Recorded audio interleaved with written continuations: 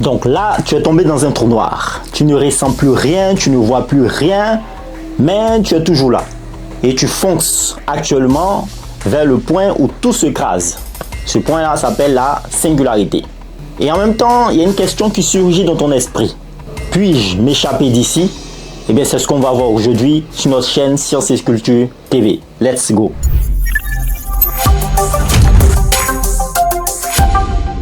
Alors, on rappelle la définition d'un trou noir. Un trou noir, c'est une région de l'espace où la gravité est tellement intense que rien ne peut s'en échapper, même pas la lumière et même pas toi.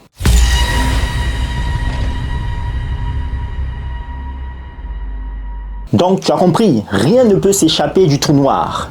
Même pas la lumière, même pas le temps et bien sûr, absolument rien du tout. Mais certains scientifiques ont remis cela en question, comme Stephen Hawking.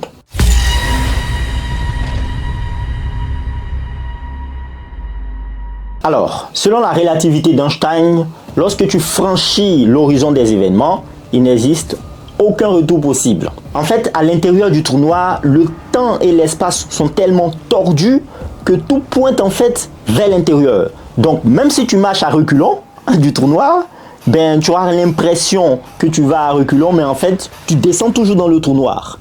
C'est ce que la relativité d'Einstein nous le dit. On n'a rien inventé. En résumé, tu ne peux pas t'échapper d'un trou noir selon la relativité d'Einstein. C'est comme en fait, tu es dans une rivière et tu essayes de nager à contre-courant et en même temps, il y a une enclume qui est attachée au pied. Tu vois que c'est presque impossible. C'est pareil lorsque tu es confronté à un trou noir.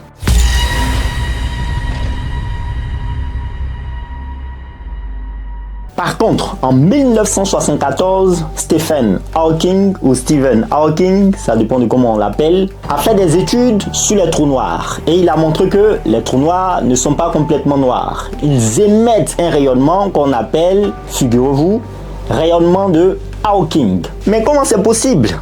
Essayez de deviner grâce à la mécanique quantique. En fait, des particules apparaissent par paire, ça veut dire 2 à 2, à la limite d'un trou noir. Donc, si l'une des particules tombe, l'autre s'échappe. Selon les recherches, bien sûr, de Stephen Hawking. Donc, c'est quoi le résultat de tout ça? Le résultat, c'est que le trou noir perd de la masse. En d'autres termes, il s'évapore. Donc, à la fin, il disparaît complètement. L'information sort. Attention, pas ton corps, mais tes données quantiques, ton empreinte ou encore ton esprit peut ressortir du trou noir, selon les recherches de Stephen Hawking.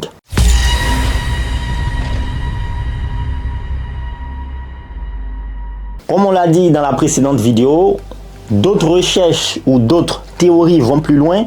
Ils pensent que à l'intérieur d'un trou noir, il existe des trous de verre. Ça veut dire c'est un tunnel en fait qui donne accès à des endroits très éloignés de l'univers ou tout simplement à une autre dimension. Est-ce que cette théorie c'est de la science-fiction? Peut-être, mais certains modèles théoriques nous prouvent que c'est possible, à condition de traverser le trou noir sans se faire détruire. Et là, c'est un gros si, parce que traverser un trou noir sans se faire détruire, c'est pas du tout évident.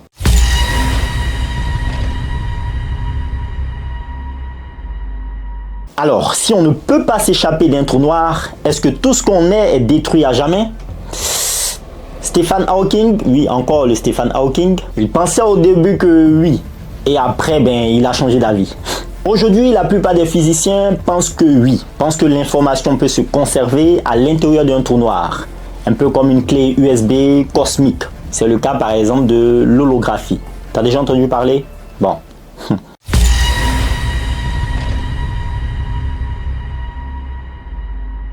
En définitive, peut-on s'échapper d'un trou noir? La réponse, c'est non. Tu ne peux pas t'échapper d'un trou noir. Bon, peut-être ton information peut s'échapper d'un trou noir, ton empreinte quantique, tes informations quantiques ou ton esprit, c'est possible. Mais ton corps, non, ne peut pas s'échapper d'un trou noir. Et si les trous noirs n'étaient pas une prison, mais des ponts qui donnent accès à une autre dimension ou encore à une nouvelle compréhension de l'univers? Vous voulez qu'on continue dans cette série? Abonnez-vous et partagez et ne manquez pas le prochain épisode. Ça sera aussi passionnant que celui-ci et la précédente. Entre-temps, n'hésitez pas à suivre la vidéo qui se trouve juste ici, qui parle de est-ce qu'on peut survivre à l'intérieur d'un trou noir. Très passionnant. Allez, prenez soin de vous. Peace.